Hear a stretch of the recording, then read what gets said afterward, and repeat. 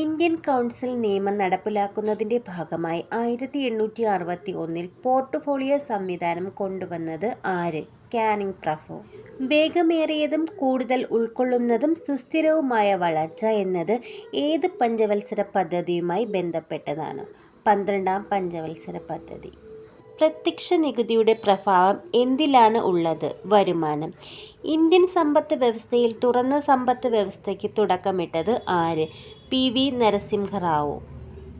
ഇന്ത്യയിലെ ഹരിത വിപ്ലവത്തിൻ്റെ സ്ഥാപകൻ ആര്? MS സ്വാമിനാഥൻ. ഡിസംബറിൽ പെറു തീരത്ത് സാധാരണയായി കാണപ്പെടുന്ന ചൂടുള്ള സമുദ്രപ്രവാഹം എൽ നിനോ കറന്റ്. കേരളത്തിലെ ഏത് ജില്ലയിലാണ് ധോണി വെള്ളച്ചാട്ടം സ്ഥിതി ചെയ്യുന്നത്? പാലക്കാട്. ലോകത്തിലെ ഏറ്റവും നീളം കൂടിയ ഹൈവേ ടണൽ അടൽ ടണൽ സ്ഥിതി ചെയ്യുന്നത് ഇന്ത്യയിലെ ഏത് സംസ്ഥാനത്താണ്? ഹിമാചൽ പ്രദേശ്. 15 കിലോമീറ്റർ കൂടുതൽ നീളമുള്ള എത്ര നദികൾ കേരളത്തിലുണ്ട്?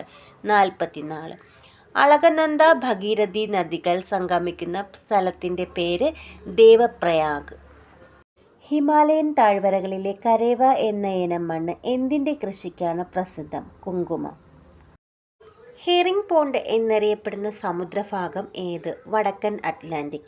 കേരളത്തിലെ എല്ലാ കുട്ടികൾക്കും അവരുടെ വരുമാന നില പരിഗണിക്കാതെ സൗജന്യ ചികിത്സ വാഗ്ദാനം ചെയ്യുന്ന പദ്ധതി ഏതാണ്? ആരോഗ്യ കിരണം. നിങ്ങൾ ഒരാളെ പിന്തുടർന്ന് ഓടുമ്പോൾ പേശികളിൽ അടിഞ്ഞു കൂടിയ രാസവസ്തു ക്ഷീണം ഉണ്ടാക്കുന്നു. ഏതാണ് ആ രാസവസ്തു? Lactic acid. ഡിജിറ്റൽ ഭൂസർവേ പൂർത്തിയാക്കിയ ആദ്യത്തെ ഗ്രാമം ഏതാണ്? ഉജാർ ഉളുവാർ. കേരളത്തിൽ നടന്ന ഏത് ഐതിഹാസിക സമരത്തിൻ്റെ 100ാം വാർഷിക സ്മരണകളായി പൂർത്തിയാക്കിയ ശബ്ദപുസ്തകമാണ് ആ കുട്ടി ഗാന്ധിയെ തൊട്ടു? വൈക്കം സത്യാഗ്രഹം.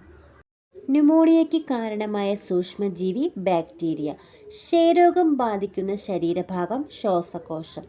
രാജ്യചരിത്രത്തിൽ ആദ്യമായി ഗവർണറുടെയോ രാഷ്ട്രപതിയുടെയോ ഒപ്പില്ലാതെ ബില്ലുകൾ നിയമമായത് ഏത് സംസ്ഥാനത്താണ്? തമിഴ്നാട്. ഇന്ത്യയിലെ ഏത് നവോത്ഥാന പ്രസ്ഥാനത്തിൻ്റെ 150ാം വാർഷികമാണ് 2025 ഏപ്രിൽ 18 ആഘോഷിച്ചത്? ആര്യസമാജം. ആരുടെ മരണത്തെ തുടർന്ന് കുമാരനാശൻ രചിച്ച വിലാപകാവ്യമാണ് പ്രരോധനം? AR രാജരാജവർമ്മ. ഇന്ത്യയിൽ ആദ്യമായി 100% ഓർഗാനിക് അഗ്രികൾച്ചർ ഏരിയയായി പ്രഖ്യാപിക്കപ്പെട്ട കേന്ദ്രഭരണ പ്രദേശം ഏത്? ലക്ഷദ്വീപ്. സംസ്ഥാന മുഖ്യമന്ത്രി, കേന്ദ്രമന്ത്രി, ലോക്സഭാ സ്പീക്കർ, രാഷ്ട്രപതി എന്നീ സ്ഥാനങ്ങൾ വഹിച്ചിട്ടുള്ള ഏക വ്യക്തി ആര്? നീലം സജീവ റെഡ്ഡി. പൊതുപ്രാധാന്യമുള്ള വിഷയങ്ങൾ അഥവാ നിയമപ്രശ്നം ഉൾക്കൊള്ളുന്ന വിഷയങ്ങളിൽ രാഷ്ട്രപതി സുപ്രീം കോടതിയുടെ ഉപദേശം തേടുന്നത് ഏത് ഭരണഘടനാ അനുച്ഛേദ പ്രകാരമാണ്?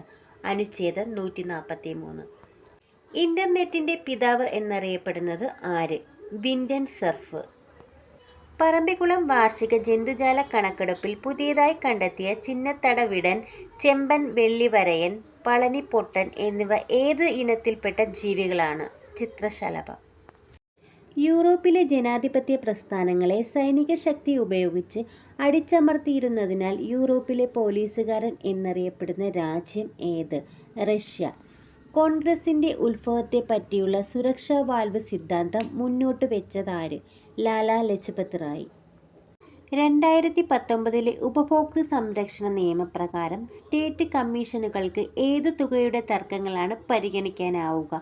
50 ലക്ഷം മുതൽ 2 കോടി വരെ. ഇന്ത്യയിൽ ഭാഷാ അടിസ്ഥാനത്തിലുള്ള സംസ്ഥാന പുനർസംഘടന നിലവിൽ വന്നത് ഏത് ഭേദഗതിയിലൂടെയാണ്? 7ാം ഭേദഗതി.